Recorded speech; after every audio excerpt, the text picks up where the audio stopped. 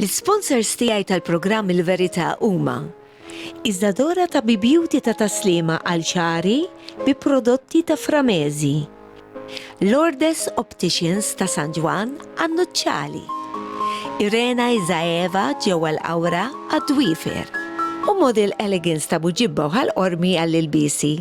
Nirringrazzjahom minn qalbi.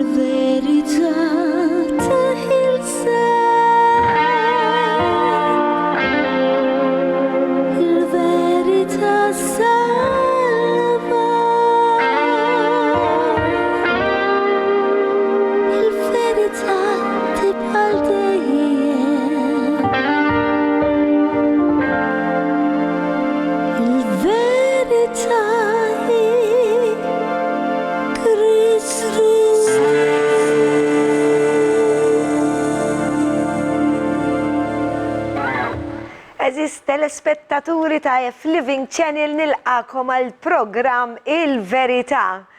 Il-Verità li dil-ġimgħa qegħdin ninsabu biex ninċelebraw il-qawmin ta' Ġesu Kristu, is-situ s-Salvatur tagħna għall-menu tiegħi huwa żgur u tal-mistiden tiegħi. Ukoll jiena ħa niċċelebra eluq snini u ma jimpurtax ta' ngħidilkom kemm ħanagħlaq 56 sena, grazzi mulej ta' din il-barka li wassalni sal-lum.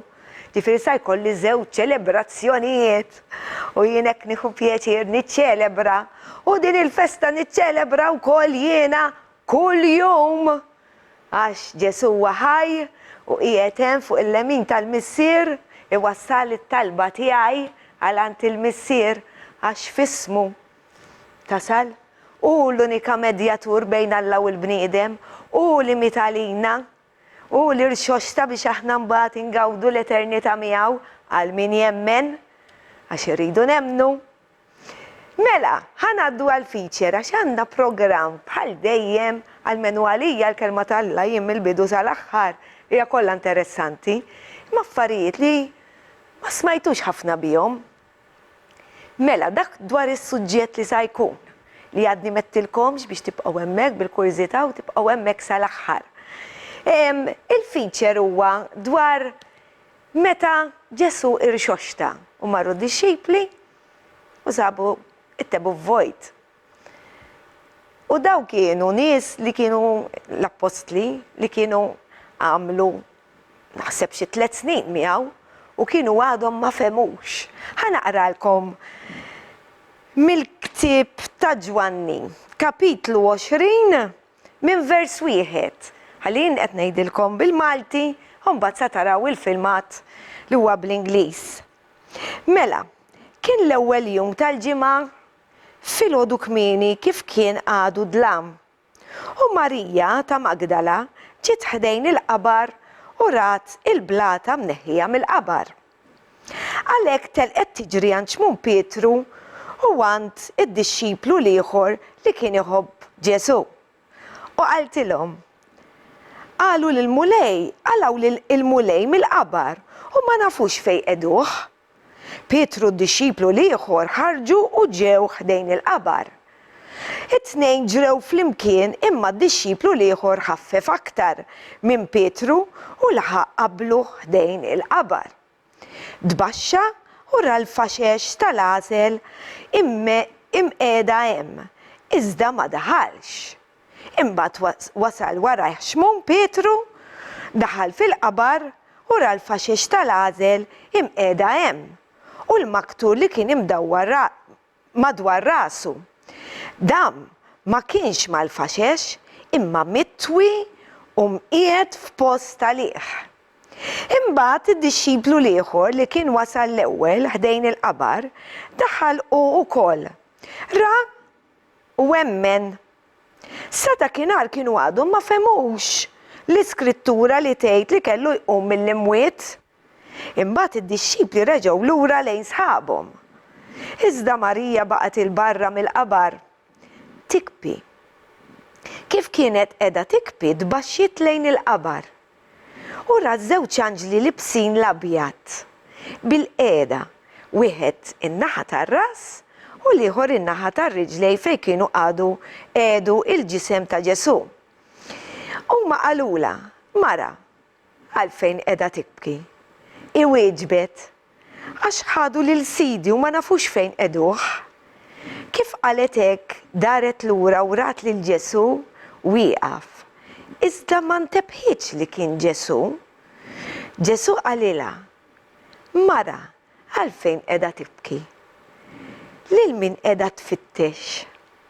Iħasbet li kien il-ġardinar u qaltlu, Sinjur, jekk ħadtu int minn hawn, għejdli fejn qiegħdtu u jien inġibu lura.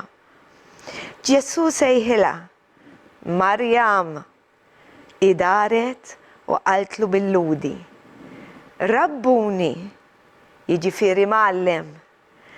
Ġesu alla, la tmissnix, għax għadni ma tlajtx għand il-missier, imma mur għand ħuti u għejdilhom li sa nitla għand il-missier. U missierkom Alla tiegħi u Alla tagħkom. Marija ta' Magdala marret għand id-dixxipli u tatom l-aħbar. Rajt lil mulej u qaltilhom x'qalilha. Fimtu għadik għax jien għadni ma mortx għand il-mulej. Allura fejn mar f'dawk it-tlet ijiem li Ġesu ir-ruħ tiegħu f'dawk it-tlet ijiem meta miet sakemm irxoxta. Tinsewx li Ġesu sar saħta lilna. Sar saħta għalina. Sar l-iktar ħaġa mistkerħa fid-dinja. Għad-nubiet tagħna. It-toqol ta' dawk li jemnuh u sa jemnuh. Dak il-ħin fuq is-salib kien qed jgħid dan għall-Filisjen. Dan għalik li inti temmen. Wow! Għalhekk hemm miktub fil-ġinien tal-Ġetsemani waqt li qed jitlob li beża mhux għax beża mis-salib għax hu għalhekk ġie, kien jaf għal xiex ġej. Għax kien sa jinferet minn missieru għax hu ħaġa waħda. U Alla inkarnat ġie bħala bniedem. Imma imħabba fija, ħanejt imħabba fija. Kellu jinferet bekker l-araq tad-dem. Mhux għax beża mis-salib. Fil-fatt fuq is-salib qallu Alla tiegħi għaliex tlaqtni. Telqu missieru dak il-ħin u fuq is-salib l-unika darba li ma setax jaħfer għax kienu stess dnub. Fil-fatt qal aħfrilhom għax ma jafux x'inhu ma jagħmlu. Aħsbu naqra, min ikollu dnubiet fejn imur. Araw minn xi xadda. Il-mulej għalina. Araw dan il-feature, dan il-filmat, u mbagħad niġi għas-suġġett tal-lum.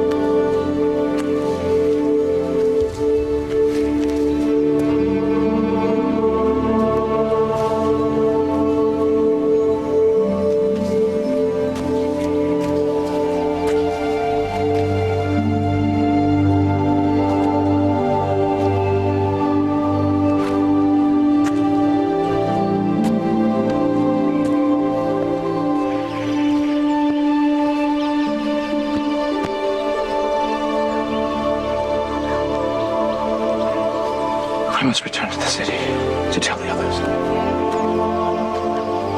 Come with us.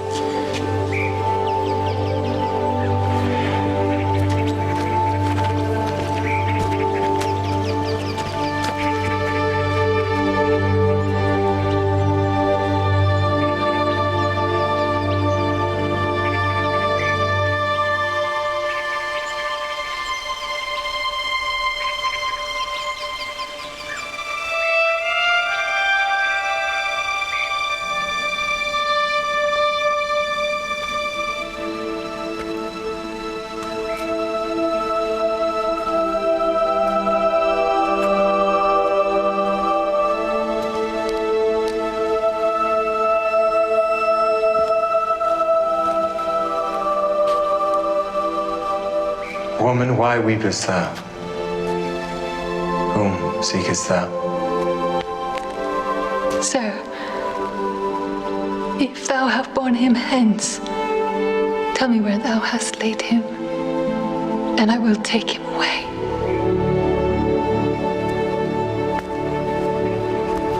Mary, Rabboni, touch me not, for I am not yet ascended to my Father. But go to my brethren, and say unto them, I ascend unto my Father, and your Father, and to my God, and your God.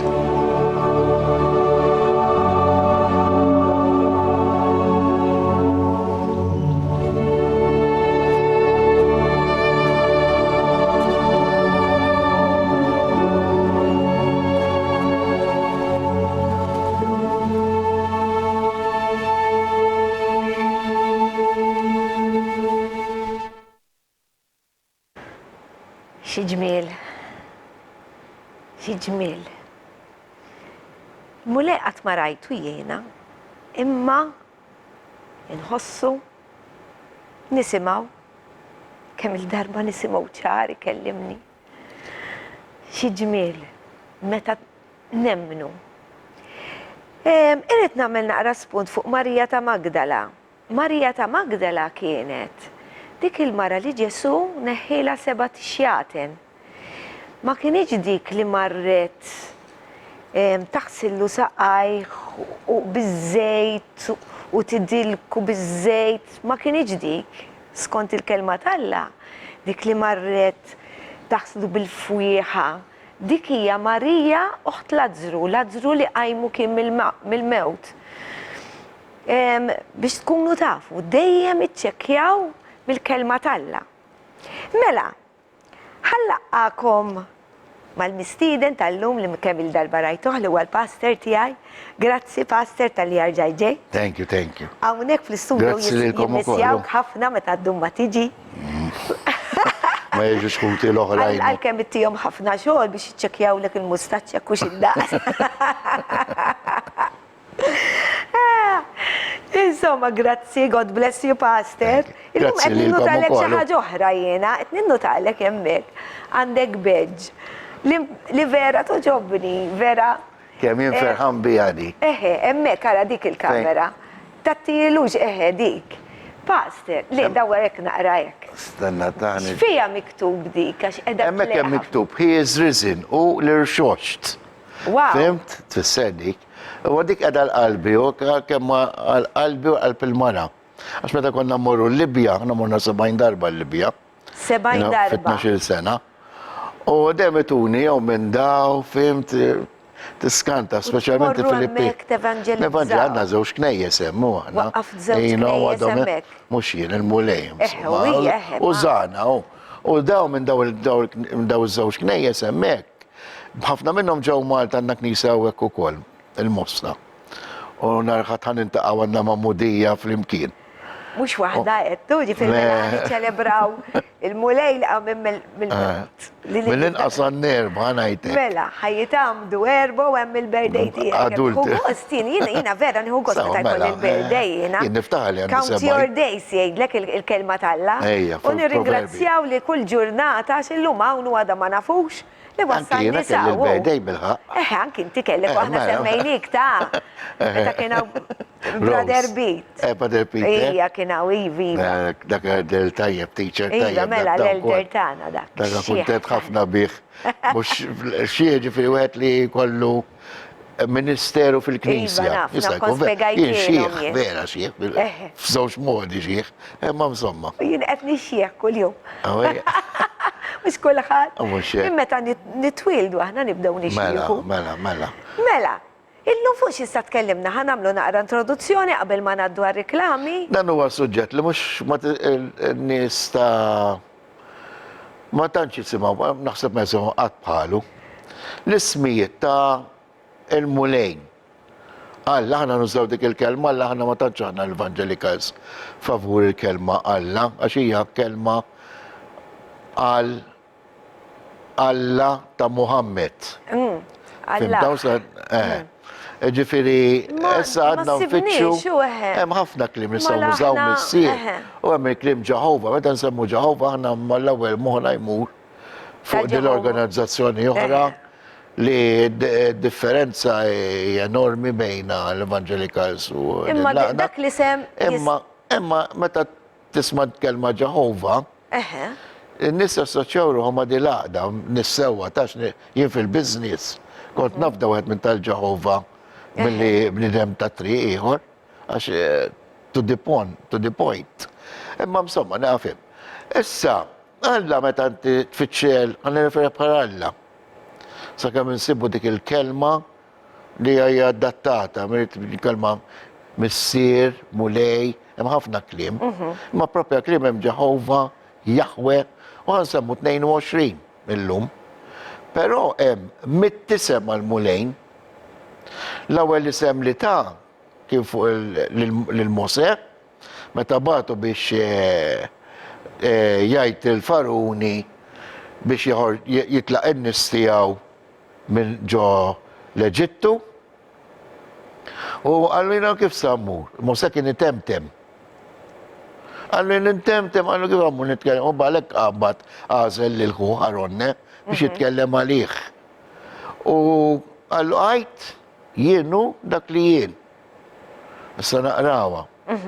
Pero hemm ħafna ismijiet, u daw l-ismijiet kollha qegħdin hemm għal-mulejn, għax eżak li mtqil, għax inkella ma niftemux. Kollha qegħdin għal-mulejn u jiddiskrivuh. Alla tal-Bibja, għax dik hija l-kelma li għandna fil-Malti. Imma l-karattri, kollha kull isem jiddiskrivi il-karattru talla li huwa dejjem ħanin. Għanarawhom daw il-klim. U l-meta inti taqqat hemm iżjed minn mija tax dejjem isibu. Between the lines dejjem isibu fl-oriġinal fl-Aramajk. Bussa nitkellmu fuq l-ismiet ta' Ġesu, l-istess hemm ħafna smiet għal Ġesu bħala l-anġlu tal-mulejn, mux għax kien anġlu, imma ħafna għora, mux naqbdu fuq għalik, mux naqbdu fuq għamillum, għal-kem li ħansemmu il-ġesu. Imma dawn ismijiet li diskrivi il-karattru ta' Alla fit-tajjeb, dejjem fit-tajjeb, għax Alla ma jistax jagħmel ħażin. So, inti meta taqqad daw l-ismijiet kollha, dawn il-mittaħna 22 forsi l-laqquhom, daw l-ismijiet, ġibhom fl-imkien, jerġa' jiġi għall-ewwel isem. Jien li jien. Għana kemm sabiħ għal-Bibja. Mela, dana semmiħ dal-isem l-Mose għall-umur u ħroġ l-nistijaj minn hemm. Għana għanna il-perċezzjoni li, najda kelma perċezzjoni, li l-lut meta kienu fl-Eġittu kienu msawtin bis, da mux vera. Daw kienu liberi, basta jridu jobdu s-sidin tagħhom. Ma saġnu fid-detal. Kienu skjavi xorta. Imma skjavi ma kienu stmati. Għalek meta huma qasmu, ġew biex jaqsmu, ebba mridu morru l-għura kienu kontenti. Għanajlek hemm kienu kontenti dawk. Sa tgħidilhom wara, għax iridu ngħaddu għal-reklami. Hemm bżonn għal-reklami, jew? Iva, eżatti, Ok. għax inkella dal-programm ma jsirx. Mela, reklami u ħankunu nafu dawn it-titli li għandu Alla li jinsabu mhux kollha tax mhux sallaħquhom. Ħanaddu għal-reklami. Il-verità tibqa' dejjem.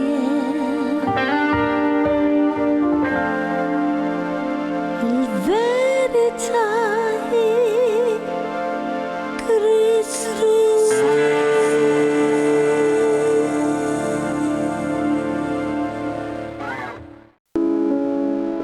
L-sponsors tiegħi tal-programm Il-Verità huma Iżdadora ta' Beauty ta' taslima għal ċari bi prodotti ta' Framezi, Lourdes Opticians ta' San Juan għan-Nuċċali, Irena Izaeva ġewwa l-Awra għad-Dwifer u Model Elegance ta' Buġibba u ħal-Qormi għall-ilbisi. Nirringrazzjahom minn qalbi.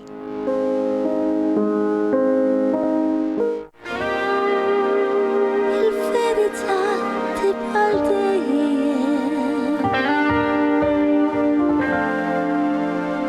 Il-verità hi Kristus.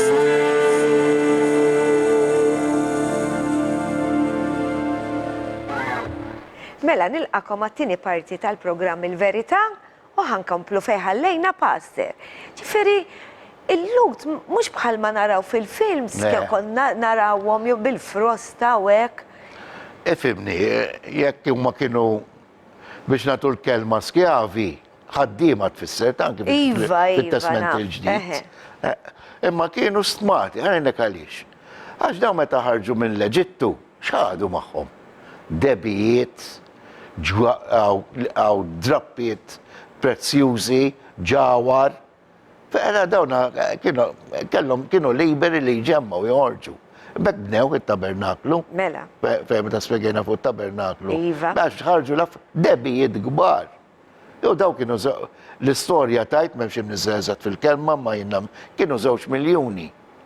U kellhom ir-ranks tagħhom, armata tagħhom stess, ġax ma kien qed jitrenja biex isir.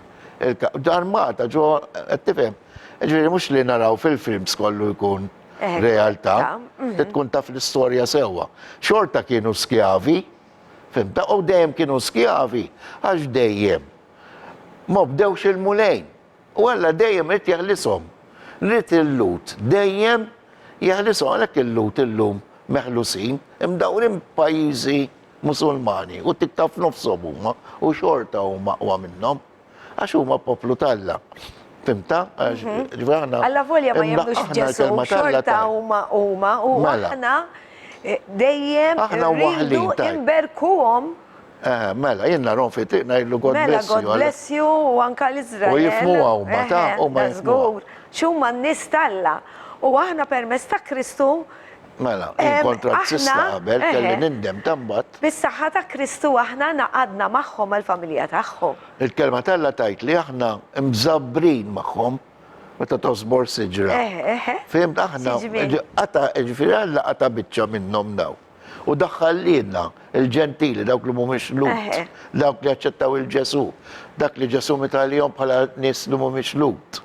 Fimta? Ħaġa oħra, il-lut hija l-mara, il-lut huma l-Iżrael, sorry. L-Iżrael huwa il-mara tal-missier. Eżatt. Aħna il-mara ta' Kristu.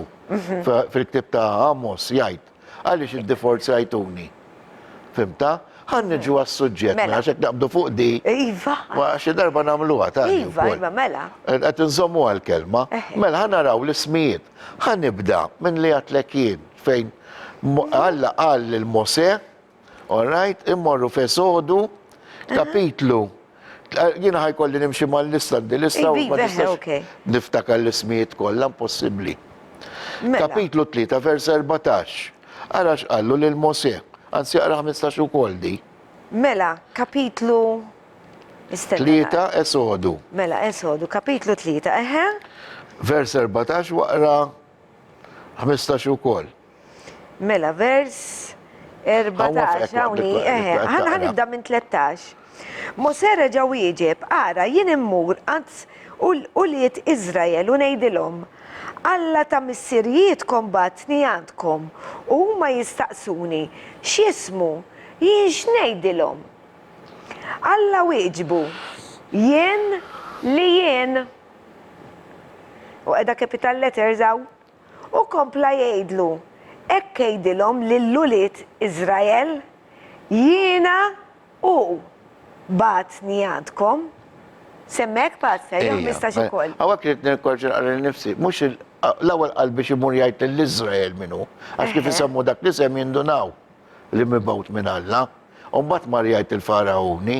Ok. Għad tifhem, però meta naqraw di, tfakkarni fi skrittur oħra li qala Ġesu di, ma naqraw wkoll biex taraw l-ismijiet kemm għal Ġesu u Alla. Eħe.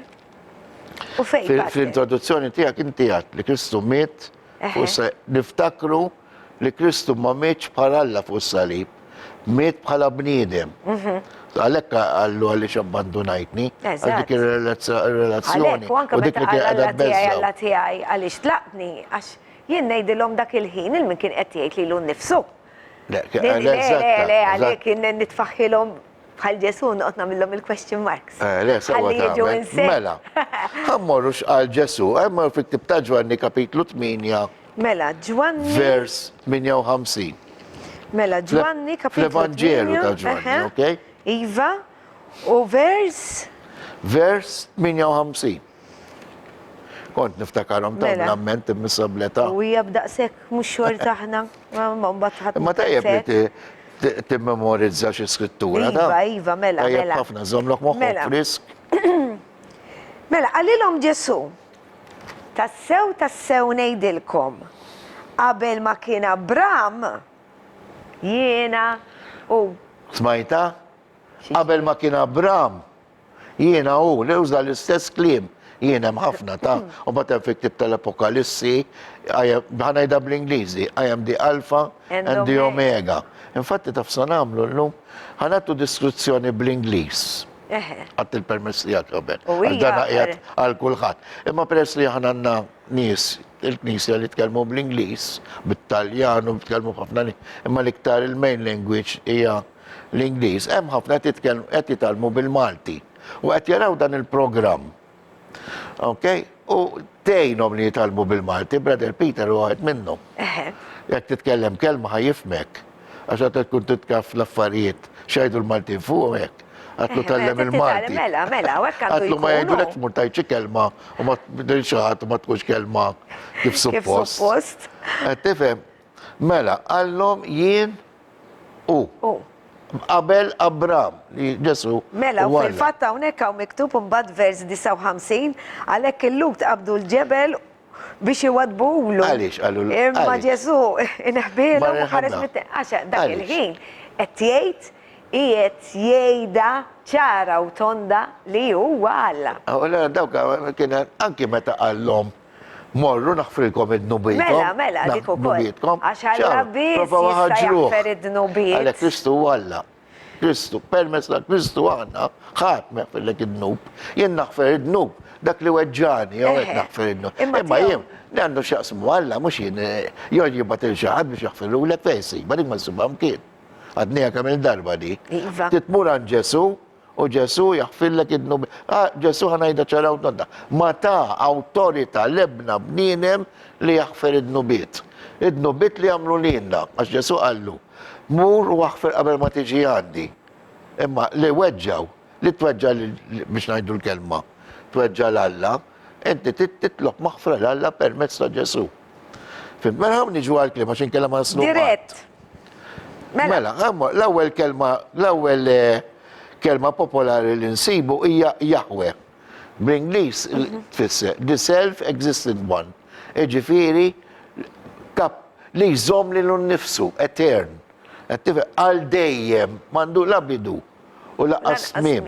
Ħanaqraw skrittura minn Esodu, kapitlu 6-14. Mela, Esodu kapitlu 6-14. Il-kelma hija Yahweh. Mela, dawn huma l-kapijiet 14 u xek, kapitlu 6. Esodu kapitlu 6, vers 14. Mela, dawn huma l-kapijiet ta' djar missirijietkom u li Truben liben il-kbir ta' Izrael, Henok u Pallu sewa u edha di. Minn vers wieħed, sorry, xatlek vers 14. 14, Skużani. All right, Aħfilli. għednejt jiena. Jiena minn vers wieħed All right. sa 4. Ok, għednejt, ma ġara xejn. Għednejt xini tajt. Ma ġara xejn. Il-memorja fil-70 sena fihom. U hija. Alla jbirek. U l-mulej wieġeb lil Mose. Issa tara x'namel lil Farawn. Bis-saħħa jkollu jibatom u bis-saħħa jkeċċihom il-barra minn pajizu. U raġa kellem lil Mose u qallu, jiena Jahwe. Il-mule, praise the Lord. Edha ta' dik ibnisla. Mela. Jahwe. Jahwe. Issa l-mulej dik t-referi u kol għal-min?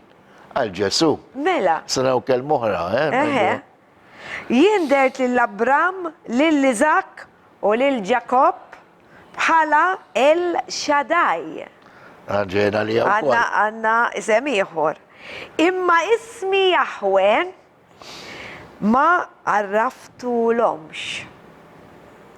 Jien għamiltu koll il-patt tiegħi magħhom li nagħtihom l-art ta' Kanaan. L-art fejn kienu Isem għalla u kol kana. Issa naraw u kol. L-art fejn kienu jiġġerrew fija bħala barranin. U issa wkoll smajt il-krib ta' wlied Izrael, miżmuma bil-sira mill-Eġizzjani, u ftakart fil-patt tiegħi. Ok? Sal-vers. Mill-li ma bibi għattaqra di. Di tal-Kattoliċi. Għatta rajtu għom daw l-affarijiet. Għattaqbdu għal-kelma tal-la taqraw li għad nisfidawkom biex taqrawa. Msemmin kolla daw l-ismiet, ġili smajtu bija. Isemmiħor, Adonai, dal forsi setaw semmaw bija. Dan ifisser. God is the Lord over all. Għanna nkantaw u l-mulejn. Li huwa re u l-mulejn fuq il-mulejjiet. Re ta' rejiet. Li renja għal dejjem. Għalla dejjem ir-renja.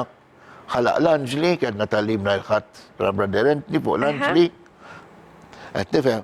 U rajna li Alla ħalaqhom għal protezzjoni tagħna wkoll li ħana raw isem għal dak ukoll. Tifhem, ara kemm għandu il-karattru tiegħu Alla kemmu open, ġentilet naraw li mandu la bidu la qasmim u li r-renja li jure fuq ir-rejiet u mulej fuq il-mulejjiet. U mbagħad hemm isem ieħor dan naqra tqil. Jahwe, sa tuża Jahwe tuża tuża Elohim, qed tefsa niġu għalija Elohim fisser. Il-missier li ben l-Spiritu Santu f'Ġenesi fil-kodba fit-Tora ħafna. Ok, meta ħana ħalaqna, Alla ħalaqna kien hemm u il-missier li ben u l-Spiritu Santu. Fiġbija tagħna jgħid fil-plural. ħanamlu l-bniedem ġbija tagħna. Isem ieħor ta' Alla. Mela, il-ila bl-Aramajk, għattifem mux faċli, makadesan, jew makadesehen, għattifem skont kif t-interpreta. Jikun ġiplu di għaraxilek jek pal ma nitkelmu ħana klim bil-e. Għattifem, mela, xie tfisser li u il-mulejn li għaddes, s-siba ġesu kol, li salvak, li għadsek, tifhem li u kol li ju jaħfer id-nubit permezz tal-Ispiritu Santu, daw li tfisser fid-dettal li ju jqaddes, xirt jagħmellek biex jaqadsek, jaħfirlek id-nubit tiegħek. U jaħfirlek id-nubit tiegħek biex, għax inti meta tkun it-tempju tal-Ispiritu Santu, dik hija l-born again, għax inti ssir tempju tal-Ispiritu Santu. U tiffollow il-mamudija tal-Ispiritu Santu, għalhekk inti tittammet bħala kbir, bħal ma għanamlu għana. Skont il-kelma tal-la. Għadsek għax jaħfilek, il-kelma hija għadsek, kelma oħra. Xie tfisser di? L-imħabba tal-la. Fim bil-pjanijiet tijaw. The Lord, your sanctifier, il-kelma bl-Inglis edha, dak li lilek jgħadsek. Jamlek għaddis, aħna għaddisin. kif aħna l-bnedmin? Aħna Ndawru fil-sija, wiċċna aħna lemmu għaddisi. minn Alla. Kif meta għawdi l-imħabba kollha jħassa nirrifjutawha. Imma għalek rridu namlu x-xogħol bħal dan il-programm. Iva, iva, iva. Ma nifqux, jina jgħidu għax immorru, jina jgħamlu għan jina u l-mara, morru fit u kelmu n-nies u namlu. Pero issa se Dik hija biex zlatana, najda u. biex namel kuraċ li huma evangelicals, Marta, nirringrazzjala li qed jiżdiedu, qed tifhem, u nar iktar nis fit-triq, jina mur jina u l-mara, morru. Ejwa, jattakkaw, jgħidlulek xi ħaġa, miktar nies jiġu salvati. Mela, issa isem ieħor huwa Jahwe Rohi. Taf xi tfisser? Raj. Anke hemm oħra kelma li di raj. Bl-Aramajk, bil-Malti, għax fl-Aramajk hemm ħafna kliem. Iva, Bil-Malti hekk minn ra il-film The Passion of Christ. Dak, mhux dak issa, ma insomma. Ħafna kliem, ħafna nies femuh bil-Malti, li waħda minnhom li huwa r-raj tagħna. Arġej, għax jiġmi. Psalm 23 xejna. The Lord is my shepherd. Shepherd, eżatt. Kristu u għattara l-kliem għatti tiħtitlu ta' raj l-Alla li s-saraj x'jagħmel. Juħsib in-naċ, jipproteġihom, għara naqra dal-kliem ta' Jiddixxiplinom ukoll. Jiddixxiplinom, dal-barajt waħda jien, għattilkom kondi. Ma nafx tripli. ma Għara nafx. ngħidulhom malaj. Eħe. Il-Libja dana l-abatwar għaw il-xejdu l-palis fej joqtlu l-annimali għaw għaw fej għanna Malta u kol. Bil-bicċerija. Skużawni. Ma ġara xejn, u hija bis-saħħa ta' Manuel ukoll. Għallu nimxu fil-bicċerija nurukom, kollox barra jagħmlu u kien hemm in-naċ. Kien hemm ir-raj u n-naċ. U waħda minn-naċ qabdet u telqitlu tiġri di. Telqitlu ta' ħarbet, noti. Mar abada, baqa sakemm abada, għaxem mux mal Malta. Għed tifem tħarresek għasnara, desert jo dara u l-bicċerija, flowping. Issa ma nafx kamlux fil-malu, ma flowping kienu li rajna ħana, ħaduna abada, tefaħa fuq spaltu, u ma kif pal, tefaħ kek. Bum. Il-warani taħħa ma wiċċu, għed tifem, ma wiċċu.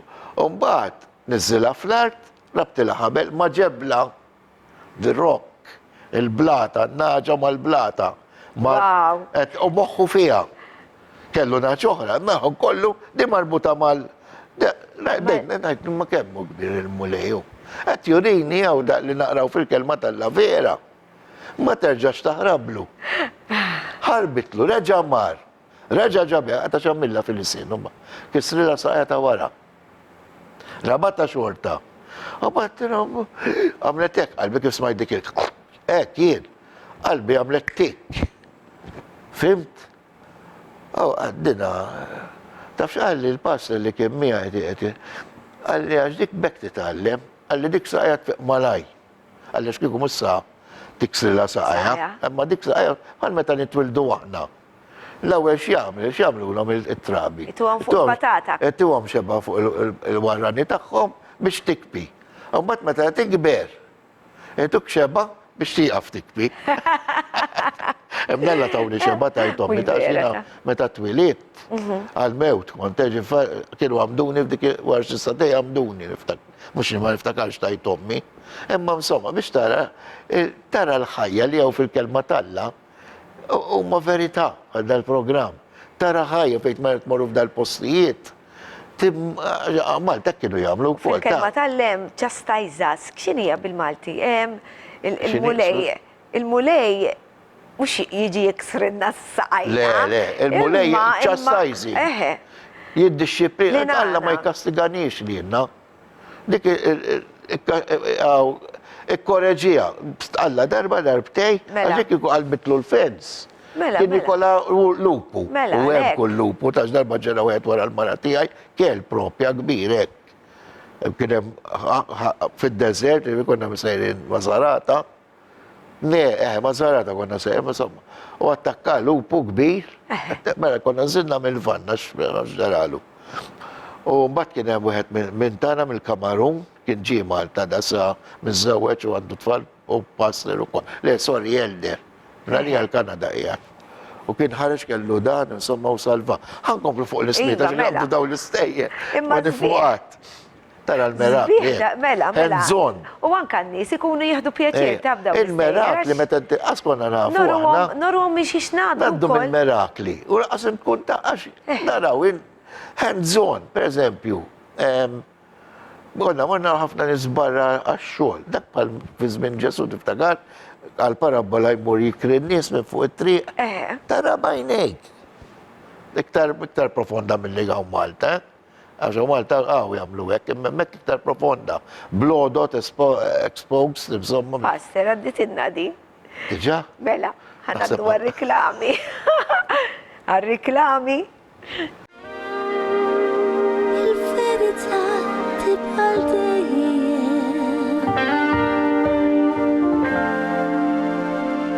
Il-verità hi Kristus.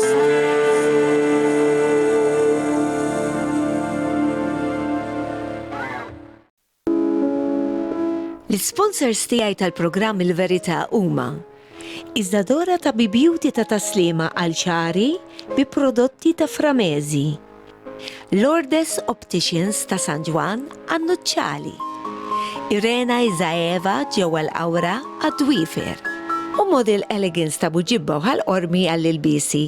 Nirringrazzjahom minn qalbi.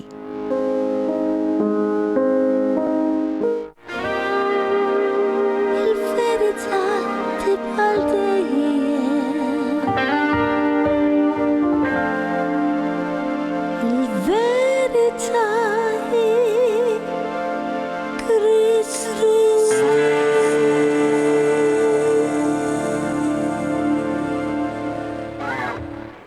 Il-verità hi Kristu nilqakom għat-tielet parti baqanna daw l-20 minuta u għanna kważi l-qas bdejna paster għax il-klim bħadċirata. Imma La jkun bil-kelma importanti talla. ikunu testimonjanzi Ekku, dawn ukoll ekku. minn xiex inkunu għaddejna. Mela. Mela, inkomplu Issa, paster. ma temm oħra, Yahweh Shamach. Bl-Inglis, the Lord is present fil-present. Omnipresent. Omnipresent. Omnipresent. fil-present. Ne, omnipresent fisser. Kullimkien. Fil-present. All right. Mux mit, għadu ħaj. U għal-futur u koll. Fimta ġifri, ijat għalina hemm mal dejjem. Infatti bl-Inglis ktib ta' he never leaves us or forsake Forsake us. us. Tiftakarx għal Iva, Ġesu? mela, Ġesu, mela. Ħanaqraw xi ma nistgħux immorru fil-fon. Minn Salmi 139 minn vers 7 sa 13. Fejn immur il-bot mill-ispirtu tiegħek? Jew fejn nista' naħrab minn qudiem wiċċek? Jien nitla fis-smewiet. Emmint, jekk nimtet f'ih l-art, int hemm ukoll. Jekk nilbes il-ġwienaħ tas-sebħ u mmur nammar fit-truf fil-baħar, hemm ukoll tilħaqni idek u taqbadni l-leminija tiegħek. Jekk ngħid ħajaħbini dlam, ħajkun li d-dawl lejl madwari, anqas id-dlam ma hu dlam, għalik il-lejl jiddi bħan-nar, id-dlam bħad-dawl għalik. Għax jint sawart il-ġewwini tiegħi u fġufom jint sinsiġti bqajtna bqajt sejra bija din għax din edha highlightjata bl-isfar. Ukoll qiegħda dik le? 13 hawnhekk. Għax hawnhekk hawn naħseb żball il-number one. Imma tibżax, ma importax Dika fuq l-abortion. Eħe. Il-qtil ta' trabi fil-konċepiment. Għalla kif tiġi, għax maħna Konċepit. konċepiti, għax qed naħseb li ximur ġew s-suġġett. Meta Alla jibda jħitna. Bil-conception, għanajda bl-Inglis, Alla jibda jħitna ġo l-wum, ġo l-ġuf tal-om. Ħankomplu mela, xit fisser di. Mux barra anki attenti, mux li bis Alla huwa preżent kullum kien għax lek nitlansibek, imma jfisser li hu hija dejjem mana ma nistijaw. Għalek fejqijat tinsibek, jek mux mandekx relazzjoni ma' Ġesu, Għatmur tfittxu l-Alla ma tsibux. Bil-fors li tkollok relazzjoni mal-mulej.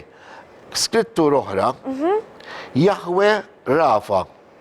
Disa biħawis, dina t-referi għal Ġesu li ju li jfejjaqna, our healer bl-Inglis, the Lord our healer. Meta naqraw fi Isaija kapit 53, naqraw li swat li għala fuq daru, huwa għal-fejqan tana. Issa ma nfux jek jafux, bil-forsi t-tħol fihom dawn Ejja, ma Jekk ma importax, laħqux fil-kas namlu namlu program, darba. Dan, Ġesu, ma jemx miktub li kem għala swat, imma paċerta li taw 39 daqqa. Għalix? Pawli referi għalija minn għal-numru, kida oħra kienet toqtlu. Il-Rumani kienu kapaċi bis-swat tagħhom u bil-torturi, kienu jżommu. In-nies kemm iridu ħajjin, għalhekk kienu jsalbuhom, għax dika idumu ħafna ma jmutu. Ġesu miet. Imħabba l-professija l-ħallilita ma wieħed minnhom salva. Kisru l-hom saqajja għax kienu għadhom ħajjin. Mela. Palma salbu l-Ġesu, salbu lilhom. Fimta, imma d-daqqiet li għala fuq daru, Ġesu biswat waqt it-torturi. Kollha kienu għal-fejqan tagħna, 39 daqqa. Taf għaliex 39? Jina naf, imma jidilhom. Għax skoprew x'jentissi, van jgħidilek tifel tiegħi. Skoprew li hemm 39 disease bl-Ingliż, marda. Li ma sabux fejqan għalihom, u ma stawx jisibu fejqan għalihom, 39. Ġifri kull daqqa Ġesu miet, jista' jeħilsek minn din il-marda Alla, jekk kollok il-fidi fi kull irrit, għaskont irrida tiegħu. Fi ara il-kelma tal-Alla ġifri, Ġesu għala żaddaqqiet għal kull marda li m'hemmx fejqan għalija mill-bidunet, ġifiri, hemm 39 sissa. Mela, ieħor, għax u bat neda jimma nibla. U daqsem sabiħa l-kelma. U meta tidħol fil-font, u batem. Jahwe Tsidkenu. Ok? Li tfisser, the Lord our righteousness, it-tiba tal-Alla. Bl-Inglis, His grace, His mercy, koll jaffridna. Immorru għandu nitolbuk maħfra fisem Ġesu. Fisem Ġesu għanerġanajna. U li mmorru għandu, jaffrinna, mux tiba dik jew. Tkun taqbizlek, tajċerba kelmiet, mux xira, right, baxxi jew past jew toffendi jew. Jaffillek ekmur, jaffillek, għarx tiba di. Mela, un-baħt, għana għaraw skrittura, Genesi, dina ġar referejna li kapitlu 22, minn vers 13-14. Mela, kapitlu 22. Vers 13 u 14. Vers 13. Mela, u Abram rafa għajnejh taħarsa madwaru u ramuntun warajh maqbut minn qrunu fil-frijej. U Abram mar u qabat il-muntun u offriħ b'sagrifiċju tal-ħruq minn flok ibnu. U Abram semma dak il-post. Jahwe Jire. Ġajra. Jehovah Ġajra. Xitfess ġerri semmu għakni jisani. We worship Jehovah Ġajra. Wara li nkunu. Elo għalam, Alla ta' dejjem u koll. Għax dak għabbat fi semmu jgħed jitluk ta' rismijiet. Il-mulej jara, jaħseb jiprovdi. Emmi, Alla li jaħseb biex jiprovdi. Provdi ilu l-Abram, miflok il-lizak, punta muntun. Saċħat jgħidlek, għattilek di għaddikunu jow fil-program, kien għallint muntun, għatlu praise the Lord, għax il-muntun jiprezenta l-Ġesu.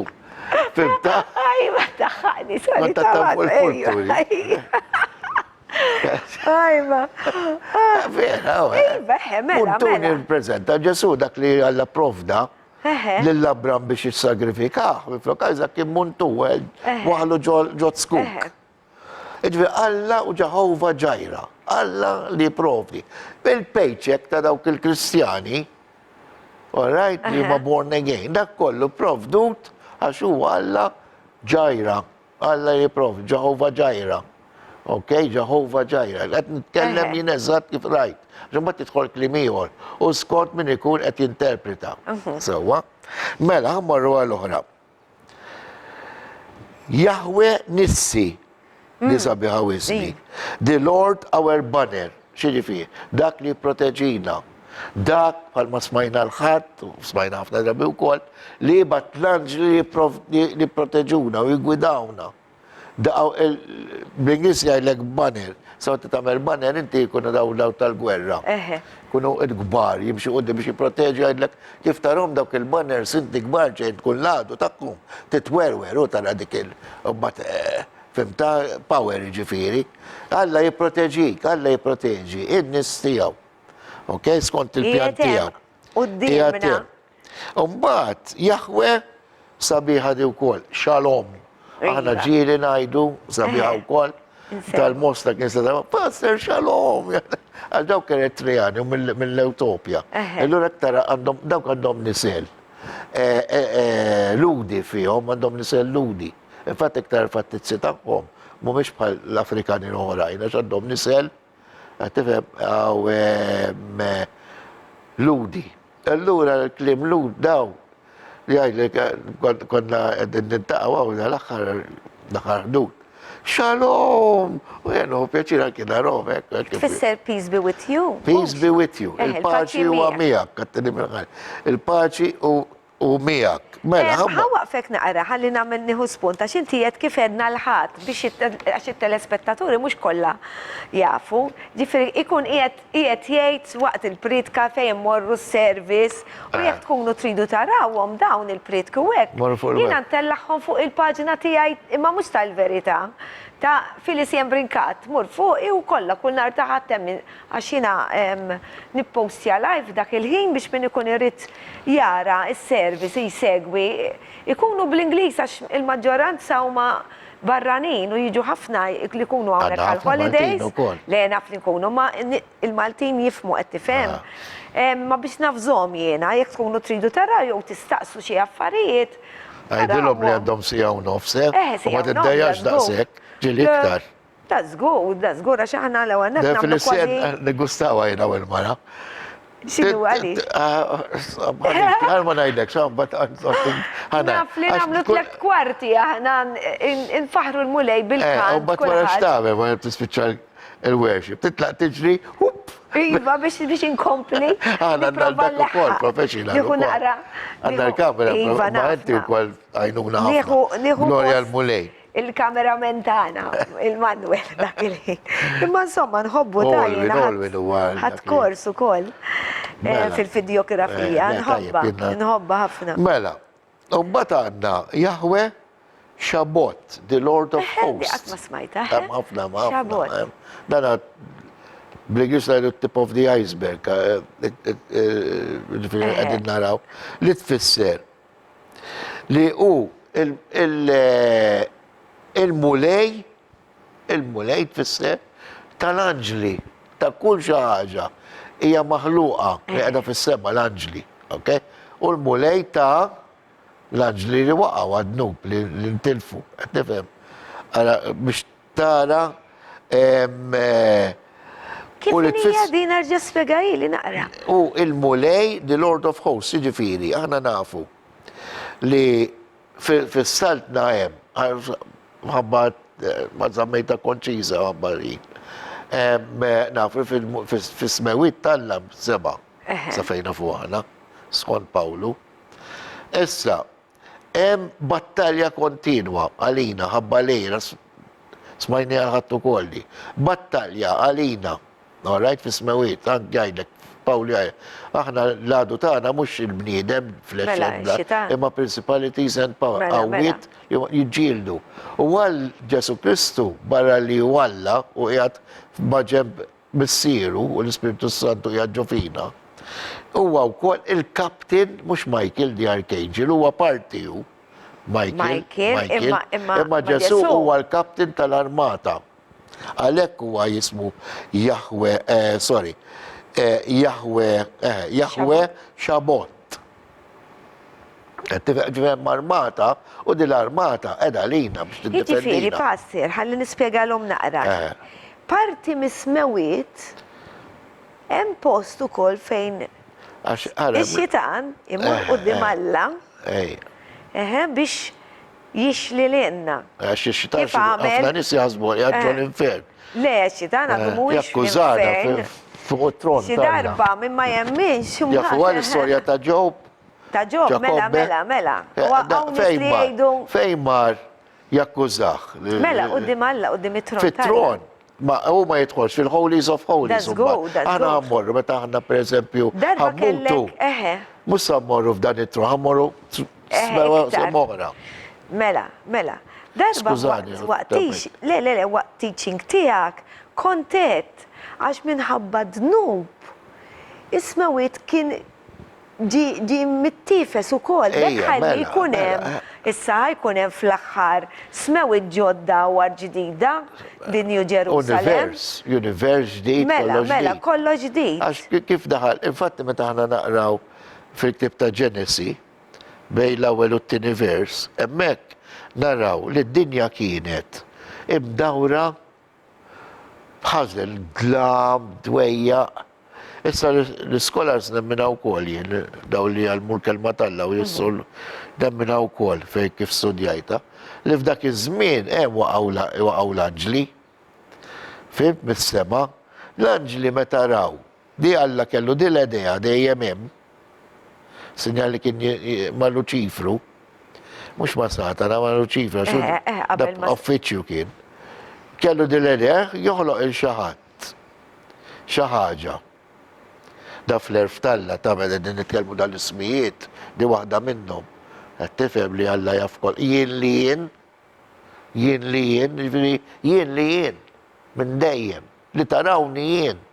Imħabba, dan f'dak il-vers, mill-ewwel vers u t-tieni vers, waqgħu l-anġli. Qegħdin nitkellmu mhux snin, għax ma kienux jeżistu snin.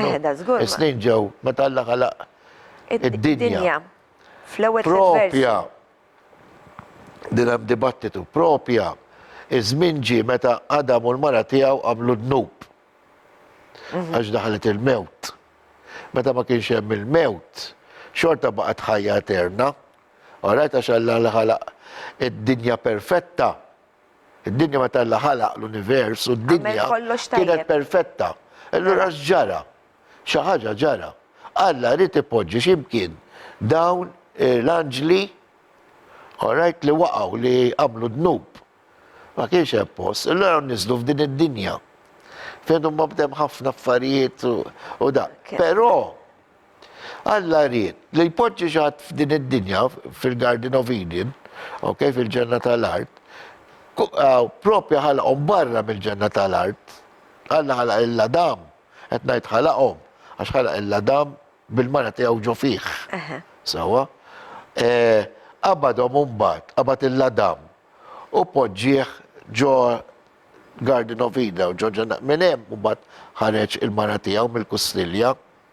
Hemmhekk kif għamlu dnub, spiċċa żmien, beda jtektek l-alloġġ. Mhux spiċċa żmien, beda żmien naħseb. Spiċċa żmien tal-ħajja. Tal-ħajja eterna. Ma Elohim. Ma Elohim. Alla ma ħalaqniex biex immutu. Nispjegajilkom sew, Alla ħalaqna biex nibqgħu ngħixu. Għall-eternità ta' dejjem, aħna eterni. Daħal il-mewt mbagħad minn dak il-nar ta' dnub. Il-mewt hija koma. Kellu jiġi Ġesu għalina biex imut għalina. ma mmorrux fl-infern. Jidħil eżatt biex ma mmorrux fl-infern, imma nibqgħu mbagħad ngħixu għall-eternità. Kompla ħalla dak li għamel ħażin Adam. Infatti, il-Bibja titkellem fuq żewġ imwiet għalina il-Kristjani, l-Evangelicals, biex niftehmu dawk li huma born again, wildim mill-Ispirtu mill-ilma, okay, mill-ġdid, u dawk li jitamnu, aħna mutu darba. Iva. Palma kon sammutien, u infatti ħan nitkellmu wkoll xi suġġetti l-qudiem fuq da. Aħna darba, u wara li mmutu, aħna jħodna t-tilmu lej, u nejxu għallet, ma dawk li jċħdu, u jibdaw jaduraw, u jibdaw jġibu skużi biex jevitaw li jaduraw il-Alla fil-verita fis-sewwa, dawk imutu darbtej. Dan għajda ċara, min m'għandux relazzjoni ma' Ġesu, issa nara skont il-kelma tagħna daw x'qed nivvinta. Sewwa, min m'għandux relazzjoni ma' Ġesu, l-infern sejjer, u hemm ħajqpa l-eternità. Fim tal-ġod, batija Umbat ħajarġa jisir ġudizzju, umbat imorru jerġaw għall-infern. imorru max-xitan Eħe. għall-eter fejjem miktar sofferenzi. Ora Ġesu għamel din l-opportunità, Alla għamel din Elohim. Għamel din l-opportunità, Ġehova Ġajra, u l-ismiet li naqraw. Biex ma mmorrux hemm, l-infern għad ma kien maħlu, għadni għadi kemm il-darba. Għal-bniedem, xalla ħalaqna biex nadruħ fil-verità u s-sewa, u dik li taħlisna. Mela, ħan iġi għalli semmiħor. Eħe, għan għamlu di, għara. Zewx minuti baqanna, pastor. Zewx minuti. Mela, umbat baqanna naqra l-axħar parti.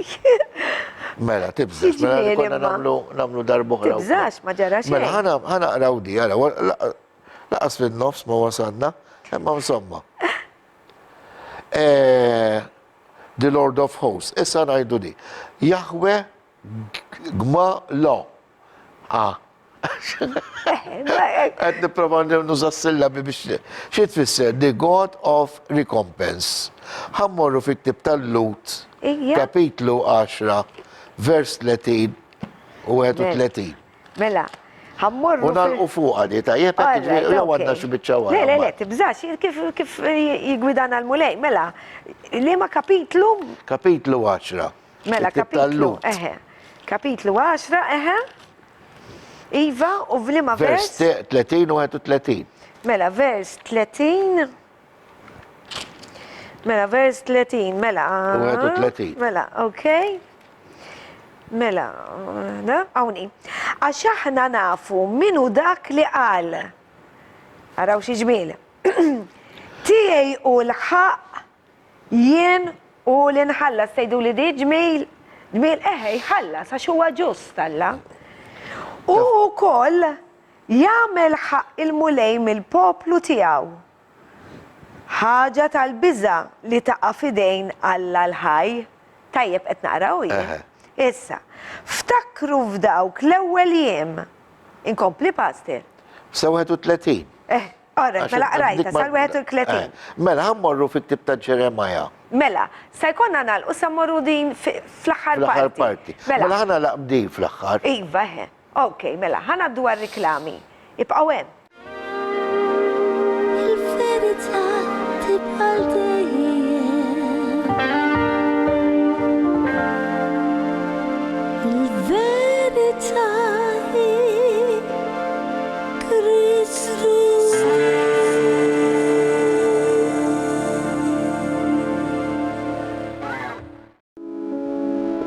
L-sponsors tiegħi tal-programm Il-Verità huma Iżadora ta' Beauty ta' taslima għal ċari bi prodotti ta' Framezi, Lourdes Opticians ta' San Ġwan għan-Nuċċali, Irena Izaeva ġewwa l-Awra għad-Dwifer u Model Elegance ta' Buġibba u ħal-Qormi għall-ilbisi.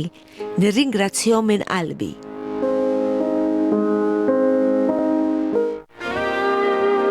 Il-verità tibqal dejjem. Il-verità hi Kristus.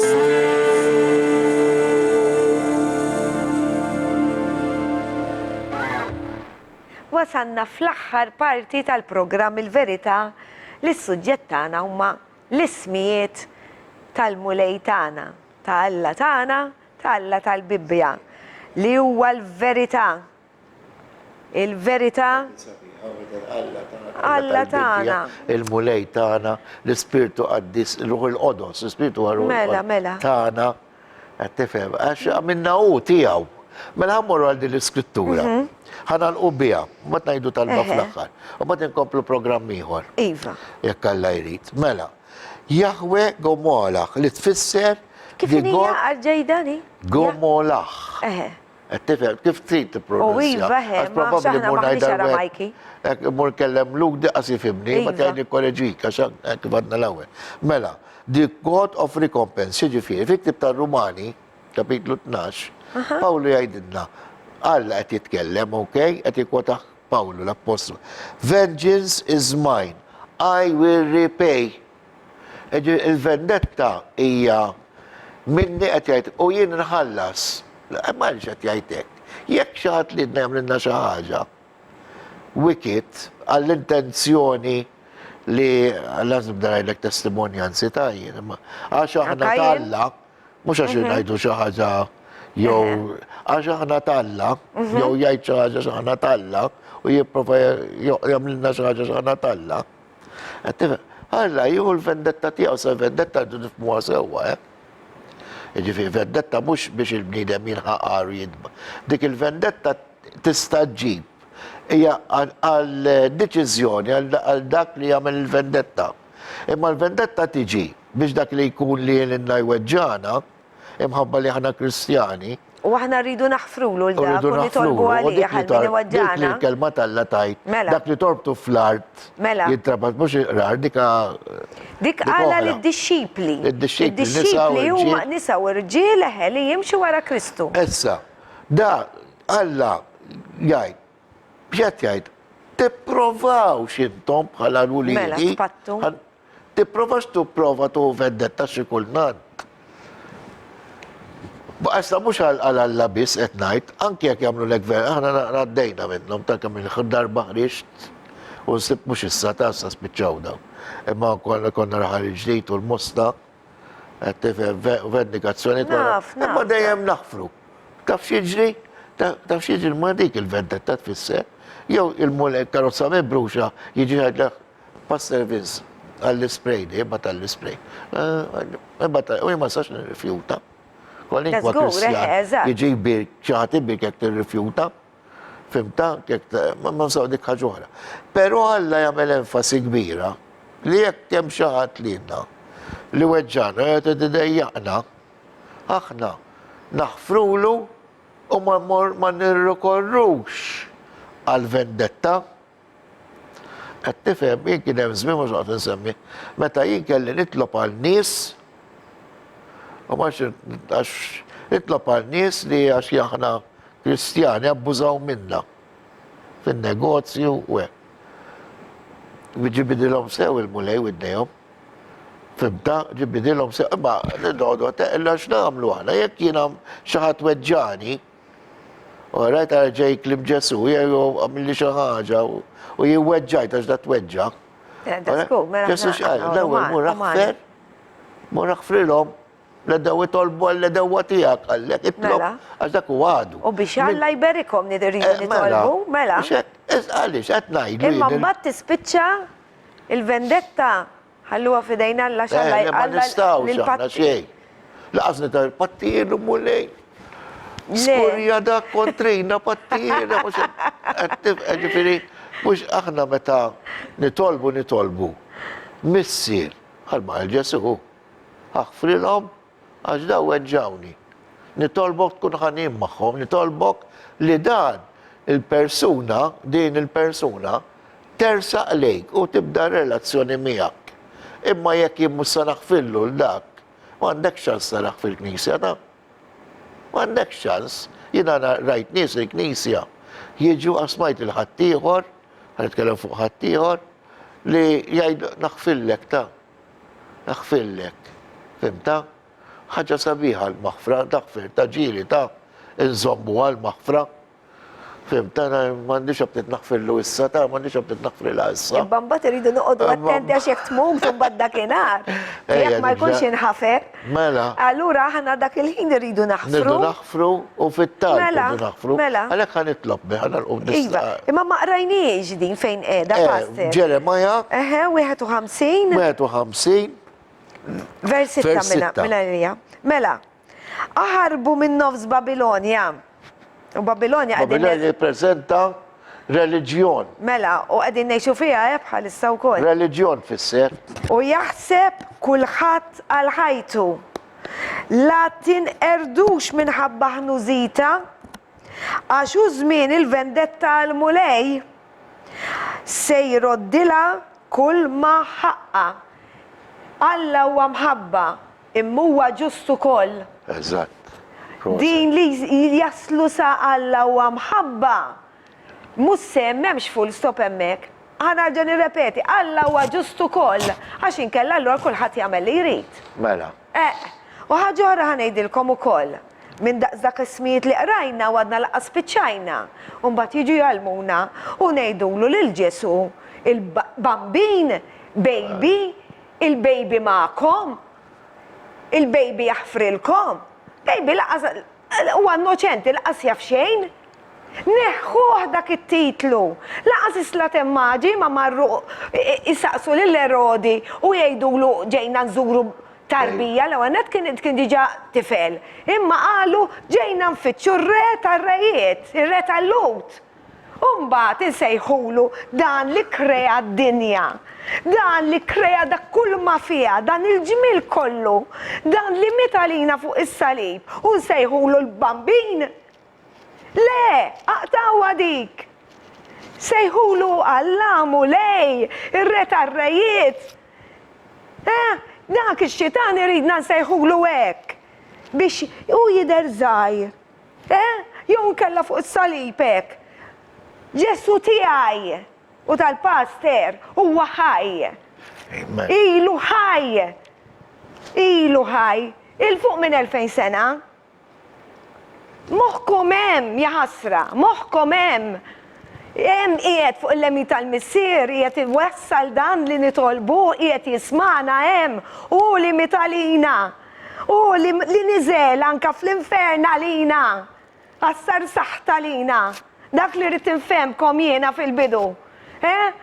Bħannaġa li kienu jaħarquha biex joffruha lill-Alla biex jitatta dnub, issa dnub tagħna mhux qiegħed jitatta, qiegħed jinħafer, infetħed dik il-purtiera. Il-kreatur tagħna. Issa jħullux iktar bambin. Issa jħullux. Ġesur mulej. Praise the Lord, Felicia. Dik għalajdek xajdula. Għalajdek xajdula. Il-lammi xisħana. Għalajdek xajdula. Dik skont il-kelma talla. Ħanaqbad nikkinejlek il-verita. U qalbi taf xi tħabbat. Ħana, dik jgħidula. Rabja għaddis anki għallek jinxrilu. Aħna mil-kem interpretkaw. Aħna għed niskelma anki meta n-imuħ l-alla kunem dak il-biki ta' feħ, xinti vera, imma ta' feħ, taf għandek dak l-alla, l-mulej, li tittaqsmu maħattijor. Ma tismeta tkun inti ta' Alla, ma tistax iżommu għalik bis. Tittaqsmu minn fors ma' emozjoni, tiġi emozjoni, u dik l-emozjoni mux mill-flesh, mux mill-tidda jgħidila Pawlu, ġeja mill-Spiritu Santu. Ġifiri, anki tkeċkiex najtek hekk, ġifiri, biex tkun taf, il-kelma talla f'sitwazzjoni li ġibek, ħanitolbu issa, ħalli din l-emozjoni li għandek li għaddisa, tmissir xaħat. Iva, mulej. U missir għaddis nirringrazzjak ta' dan il-program li meta semmi l-ismek vera, l-Spiritu tijak jiġi prezenti mulej. Jiġi bil-qawwa dynamitajlu il-kelma tijak l-Spiritu mulej. Fawrek bil-ferħ mulej li tal-inferħ tittaqsmu. Ma grazzi mulej li tużana. Bħala dik il-kreatura li id-deċidejt li t-investi fina bl-Spiritu għaddis tijak. Li jettina l-autorità li nitkelmu fismek mulej. Il-verità, għax nafu li l-verità teħles mulej. Ix-xitan jgħatem biex jgħajnana, imminti mulej jettina l-erf tal-la mill-kelma tijak. Grazzi mulej ta' din litra mimlija mħab li tolbok missir. Għal dawk in-nies li għati fitxuk. L-ewwel ma jittijom mulejn dik li mħabba lejk mulejn li tiġi minnek missir u jobdu. Jibdu dak is-salib u jimxu warajk mulejn. Missir u birrikom għax nafu l-kelma tijak bismek hemm il-protezzjoni, fismek hemm il-vittorja mulejn, fismek hemm il-barka, fismek hemm l-eternità. missier, fissemmek hemm dak li aħna ħanejxu għall-eternità f'ġisem glorjus bħal tiegħek mulej. Grazzi missier Qaddis tal-affarijiet sbieħ li inti tpoġġi ġewwa ħajjitna. Grazzi ta' dawk in-nies li inti ddawwarna bihom mulej. Grazzi mulej li meta jkollna dik ir-rabja għal-vendetta inti tajdu ħallu fidi. Tmorrux għal dik il-vendetta. Għalhekk nitolbok mulej kull mument jew jien mulej kelli dak il-ħsieb ta' vendetta mulej inti dejjem ħfirt li mulej. Dejjem poġġejtni f'post fejn nista' naħseb u nikkontempla fik mulej. Għax naf li inti ħfirt u tridna naħfru. Għalhekk mulej birikna, birek dawn il-jiem li ġejjin niċċelebrawk mulej bħala Alla l-ħaj li m'hemmx qabar li seta' jżommok. Ma kienx hemm salib li seta' ħallik imdeddel. Mulej, ma kien hemmx art li seta' żommok mitfun mulej. Iżda l-ispirtu tiegħek ħal-ħajja bil-mant il-missier u dak l-istess spiritu int qajjibna fik mulej. Amen. Kemm inti kbir missier mhux ta' b'xejn niċċelebraw jum l-irxoxt kull jum.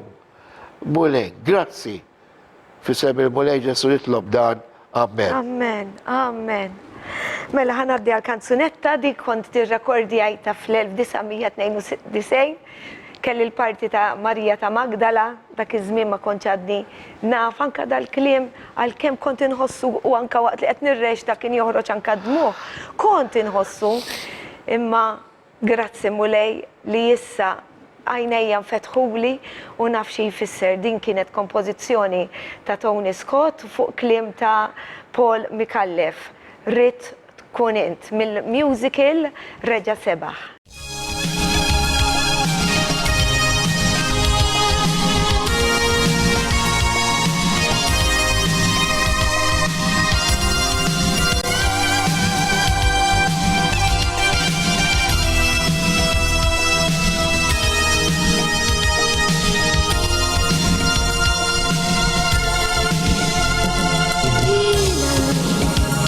Nisqar qudiemek, tlaqt mid-dar biex flussu nex miegħi.